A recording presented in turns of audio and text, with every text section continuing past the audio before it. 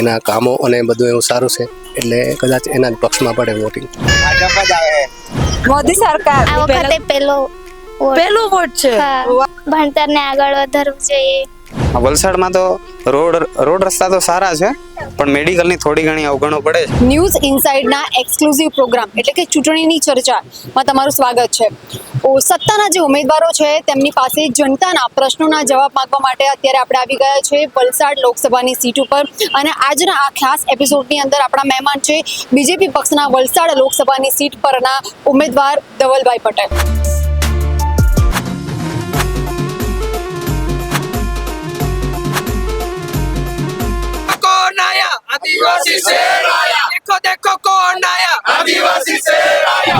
નમસ્કાર દર્શક મિત્રો, હું છું બંસરી પાઉસ. 30 લાખનું પેકેજ એટલે કે હાઈ પ્રોફાઇલ નોકરી.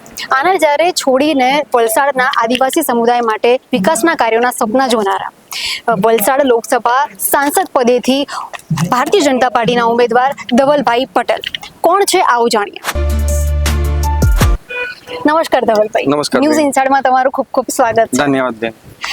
રાજનીતિની વાતો તો થતી રહેશે, અને સાથે સાથે તમે કેમ રાજકારણમાં જોડાયા અને આદિવાસી લોકો પ્રત્યે તમારી જે લાગણીઓ છે એ વાત પહેલા હું તમને પહેલા એ પૂછીશ કે પરિવારમાં કોણ કોણ છે?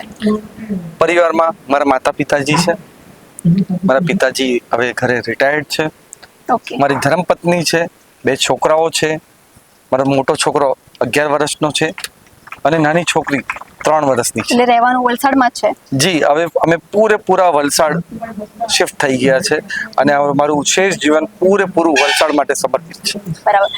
વિદ્યા ક્યાંથી પ્રાપ્ત કરી? મેં મારી વિદ્યા SVNIT કમ્પ્યુટર એન્જિનિયરિંગ સુરતમાંથી પ્રાપ્ત કરી. એના પછી મેં MBA સિમ્બાયોસિસમાંથી કર્યું હતું. બરાબર. તો જ્યારે અભ્યાસ ચાલતો હતો ત્યારે કંઈક એવું મગજમાં આવ્યું હતું કે રાજકારણમાં હું પ્રવેશીશ? જી, પહેલાથી મને રાજકારણમાં બહુ ઇન્ટરેસ્ટ હતો.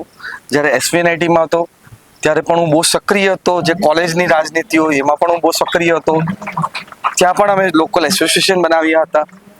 સાથે સાથે 2001થી જ્યારથી મેં મોદી સાહેબને બહુ નજીકથી જોયા ને એમણે જે ગુજરાતના વિકાસ માટે કામ કર્યા, આદિવાસીના વિકાસ માટે કામ કર્યા, એનાથી હું બહુ પ્રેરાઈ ગયો હતો અને ત્યારથી મેં નિશ્ચય કરી લીધો કે મારે રાજનીતિમાં જવું છે.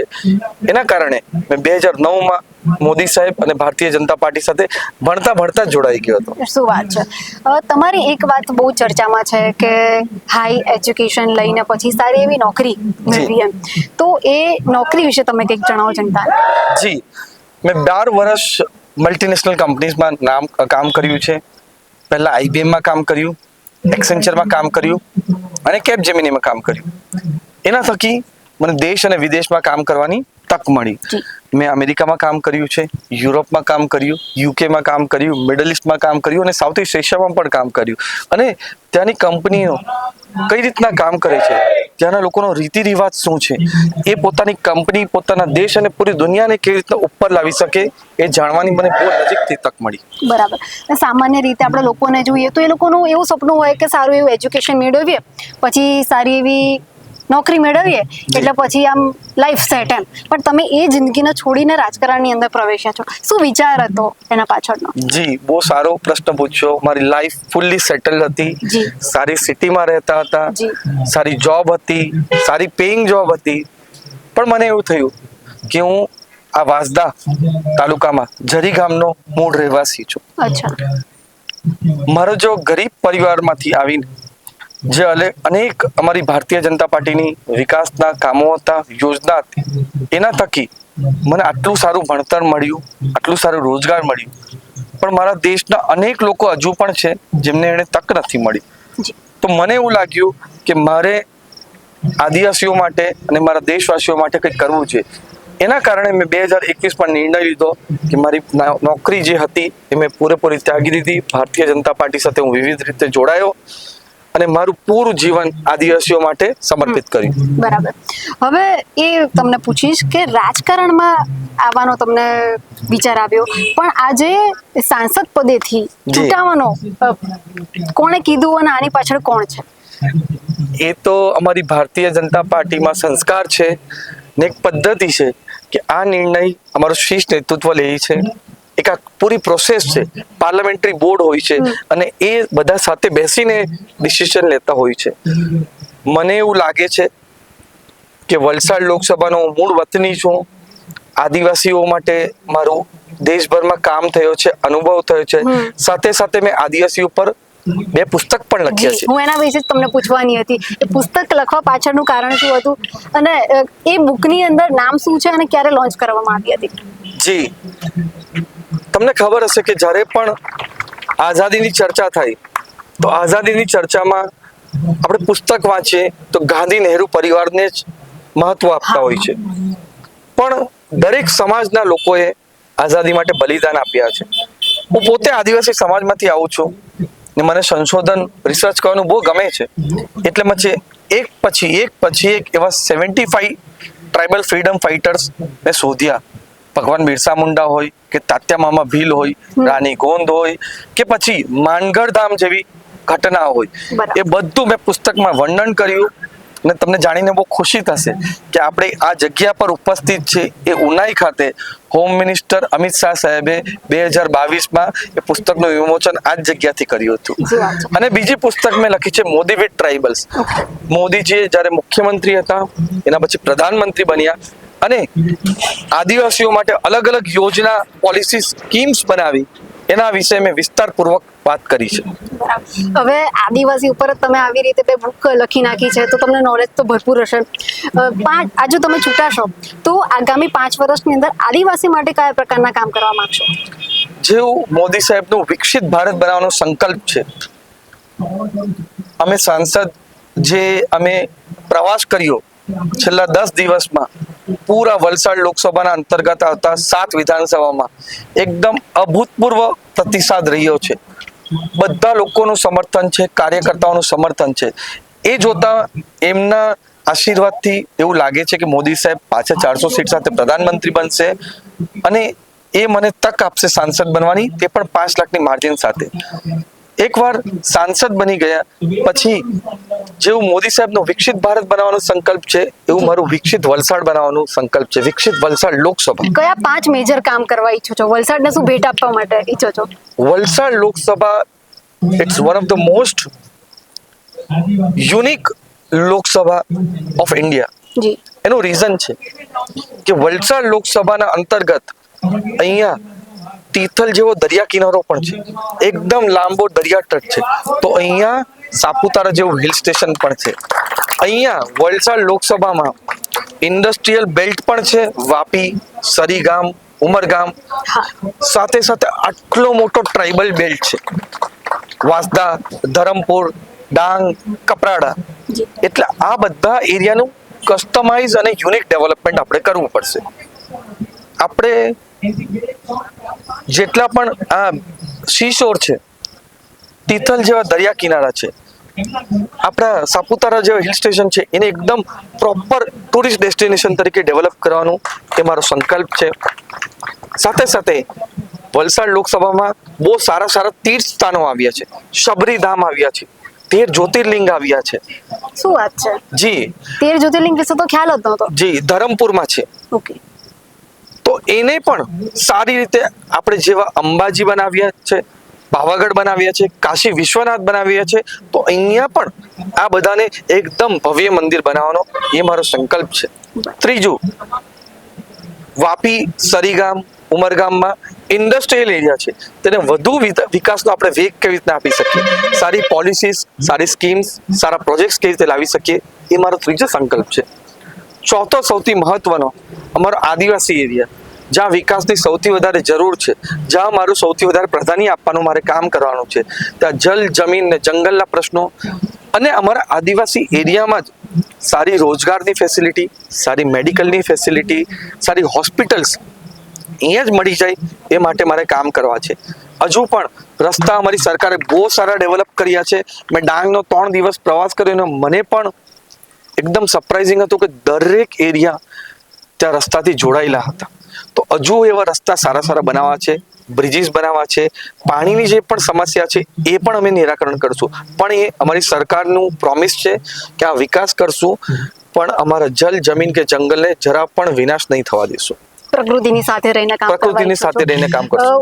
મોદી સાહેબનું અત્યારે સ્લોગન ચાલી રહ્યું છે કે અબકી બાર 400 પાર. જી. આ ઉપર તમારું શું કહેવું છે ને તમે કઈ રીતે, તમને શું લાગે છે કે કેટલાની લીડથી તમે જીતી શકો છો? આ અમારી ભારતીય જનતા પાર્ટી કે શીર્ષ નેતૃત્વનું સ્લોગન નથી અબકી બાર 400 પાર. આ સ્લોગન છે લોકોનું, જે મોદી સાહેબે દેશ માટે કામ કર્યું છે, દેશના વિકાસ માટે કામ કર્યું છે, દેશની સુરક્ષા માટે કામ કર્યું છે અને દેશને આટલી શક્તિશાળી બનાવ્યું છે. એના માટે લોકોએ સંકલ્પ લીધો છે કે મોદી સાહેબને 400 સીટ સાથે પ્રધાનમંત્રી બનાવવાના છે. અને દેશભરમાં જે અમે રિસ્પોન્સ જોઈ રહ્યા છે, ભારતીય જનતા પાર્ટી માટે જે લોકોમાં ઉત્સાહ છે, એ જોતા પાક્કું લાગે છે કે અમે 400 સીટ એનડીએની, ભારતીય જનતા પાર્ટીની 370 સીટ, ગુજરાતની અંદર અમે 26માંથી 26 લોકસભા તો 2014 અને 2019માં પણ જીતેલા. આ વખતે અમારા ગુજરાતના જે ભારતીય જનતા પાર્ટીના યશસ્વી અધ્યક્ષ છે CR પાટીલજી, એમનું સપનું છે કે અમે 5 લાખની માર્જિન સાથે જીતશું. વલસાડ લોકસભા સીટ એ બેરોમીટર સીટ તરીકે જાણી જાય છે. જે વલસાડ લોકસભા જીતે છે 1947 થી, એ જ કેન્દ્રમાં પણ સરકાર બનાવે છે. સમીકરણ મને સાંભળવા That's why it is called barometer seat. Okay. તો આ વખતે પણ અમે વલસાડ લોકસભા સીટ 1947 થી હમણાં લગીને સૌથી હાઈએસ્ટ માર્જિન સાથે જીતવાના, એ 100% છે. ઓછામાં ઓછી 5 લાખની માર્જિનથી અમે જીતવાના છે. એનું કારણ છે અમે 7 વિધાનસભા ફર્યા ને કોમ્પિટિશન, ફ્રેન્ડલી કોમ્પિટિશન અમારા જ જેટલા 7 વિધાનસભામાં લાગી છે કે કોણ વધારે માર્જિન લાવશે. એ જોતા લાગે છે કે અમે પ્લસ થશું. જે એક જ વિધાનસભામાં અમે નેગેટિવ હતા વાંસદા, પણ હું પોતે વાંસદાનો છું અને વાંસદામાં જે પબ્લિક રિસ્પોન્સ જોયો છે એ જોતા કન્ફર્મ થઈ ગયું છે કે અમે 5 લાખ માર્જિનથી જીતવાના છે. હવે વાત કરીએ કોંગ્રેસમાંથી જે તમારી સીટમાંથી ઉભા રહ્યા છે જે ઉમેદવાર આનંદભાઈ પટેલ, તેમનો પણ અત્યારે પ્રચાર પ્રસાર ચાલી રહ્યો છે, તેમના વિશે તમે શું કહેશો? લાગે છે કે વિપક્ષ તરીકે છે? જી, મેં તમને એક વાત કહું કે કોંગ્રેસનો ઉમેદવાર હોય કે કોઈ પાર્ટીનો કોઈ પણ ઉમેદવાર હોય, એ અમારો કોમ્પિટિશન નથી. એ તો અમારા સમાજથી જ આવેલા મારા ભાઈ છે, મોટા ભાઈ છે. અમારી કોઈ પણ પર્સનલી દુશ્મની નથી. અને આ ઇલેક્શન તો મોદી સાહેબને 400 સીટ સાથે જીતવાનું ઇલેક્શન છે. દેશને વધુ વિકસિત બનાવવાનું ઇલેક્શન છે. દેશને વધારે શક્તિશાળી બનાવવાનું ઇલેક્શન છે. એટલે અમારી કોમ્પિટિશન કોઈ સાથે નથી. બીજી વાત, અમારી સામે જે કેન્ડિડેટ ઉભા રહ્યા છે એ લડેંગે જીતેંગે નું સ્લોગન આપે છે, પણ ક્યાં કરેંગે એનું વાત નથી કરતા. એટલે વાંસદાના વિધાનસભાના લોકો પણ હવે કંટાળ્યા છે. ફેક પ્રોમિસ, ખાલી અમારા યુવાઓને ભટકાવવાનું કામ એ કરે છે, ગેરમાર્ગે દોરવાનું કામ કરે છે. હવે સચ્ચાઈ જાણી ગયા છે ને મેં મારી જો કલ્પના અને વિઝન પ્રસ્તુત કર્યું છે જે વાંસદા માટે, વલસાડ માટે હું જે કરવા કટિબદ્ધ છું, લોકો પ્રેરાય છે અને લોકો આ વખતે અમને રેકોર્ડ માર્જિનથી જીતાવાના. યુવાનોની તમે વાત કરી, તો વલસાડના યુવાનો કઈ રીતે આની અંદર જોડાયેલા છે? તેઓ જે વોટર્સ છે, મત આપવા માટે સક્ષમ છે, તો તમે તો ગ્રાઉન્ડ લેવલ ઉપર જઈને પ્રચાર કરો છો, તો તમને એવી તો ખબર પડી હશે કે યુવાનો ઉપર અત્યારે ભારે નજર છે ભાજપ સરકારની. અને એ પણ સરકારનું એવું કહેવું છે કે મહત્તમ યુવાનો કે જેને ખબર નથી કે વોટ આપવો કેટલો જરૂરી છે, તેને પણ અવેર કરે છે. આના વિશે તમે શું કહેશો? જી, અમારી ભારતીય જનતા પાર્ટી યુથને બહુ મોટિવેટ ને એન્કરેજ કરે છે. એનો જીતો જાતો ઉદાહરણ તમારી સામે છે. મારા જેવા નાના કાર્યકર્તાને, આટલા મોટા લીડર છે અમારા, પણ મારા જેવા નાના કાર્યકર્તાને ભારતીય જનતા પાર્ટીએ વલસાડ લોકસભાનો સાંસદનો ઉમેદવાર બનાવ્યો. એ one of the most big example છે આપણી સામે. સાચી વાત છે. અને એ જોઈને વલસાડના યુથ પણ એકદમ મોટિવેટ ને એન્કરેજ થઈ ગયા છે.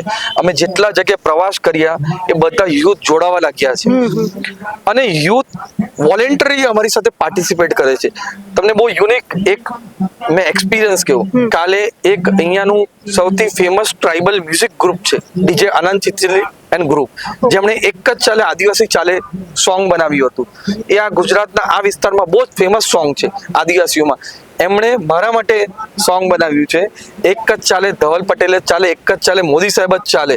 અને એટલું પ્રચલિત થઈ ગયું છે. તો વોલેન્ટરી બધા યુથ અમારી સાથે જોડાવા ચાલુ થઈ ગયા છે. એટલે ટ્રેન્ડ કહી શકાય એમ. અત્યારે તમે ટ્રેન્ડ સાથે પ્રચાર કરી રહ્યા છો. જી, બીજું અમે જે વલસાડમાં વિઝન પ્રસ્તુત કર્યું અને મને લાગ્યું કે વલસાડમાં પણ બહુ પ્રતિભાશાળી એકદમ ટેલેન્ટેડ યુવાનો છે.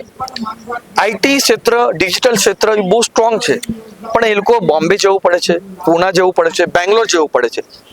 વલસાડ એક બહુ યુનિક પોઝિશનમાં લોકેટેડ છે. એટલે તમે એજ્યુકેશન લેવલે પણ કંઈક વિચાર્યું છે? મુંબઈ અને સુરત ના વચ્ચે છે, મુંબઈ અમદાવાદ એક્સપ્રેસ હાઈવે પર છે, તો આને આપણે સરસ રીતે ડેવલપ કરી શકીએ.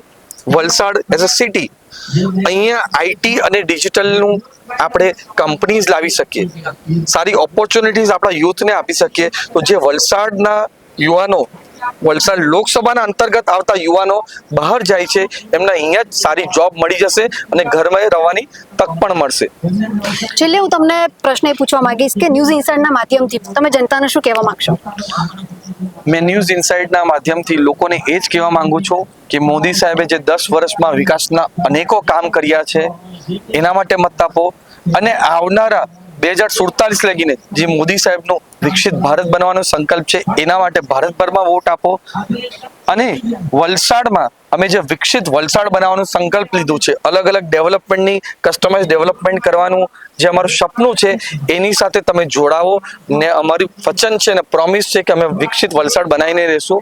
તમે બીજો એક બહુ મહત્વનો મારે મેસેજ આપવો છે કે કોઈ પણ યુથ, કોઈ સામેવાળા લીડર્સ આપણા યુથને મિસલેડ કરે, ગેરમાર્ગે દોરાવે, તો તમે દોરાવો નહીં. એને પૂછો કે તમે ડેવલપમેન્ટ માટે શું કરવાના છે, તમારા કરિયર માટે શું કરવાના છે, એ પ્રશ્ન પૂછો. ક્રોસ ઇન્ફોર્મેશન લેવો ને પછી તમે ડિસાઈડ કરો કે કોને વોટ આપવાનો છે. મને ખાતરી છે પૂરેપૂરી કે બધા વલસાડ લોકસભાના લોક અમને હાઈએસ્ટ માર્જિન સાથે જીતવાના છે ને અમારી સાથે જ રહેશે.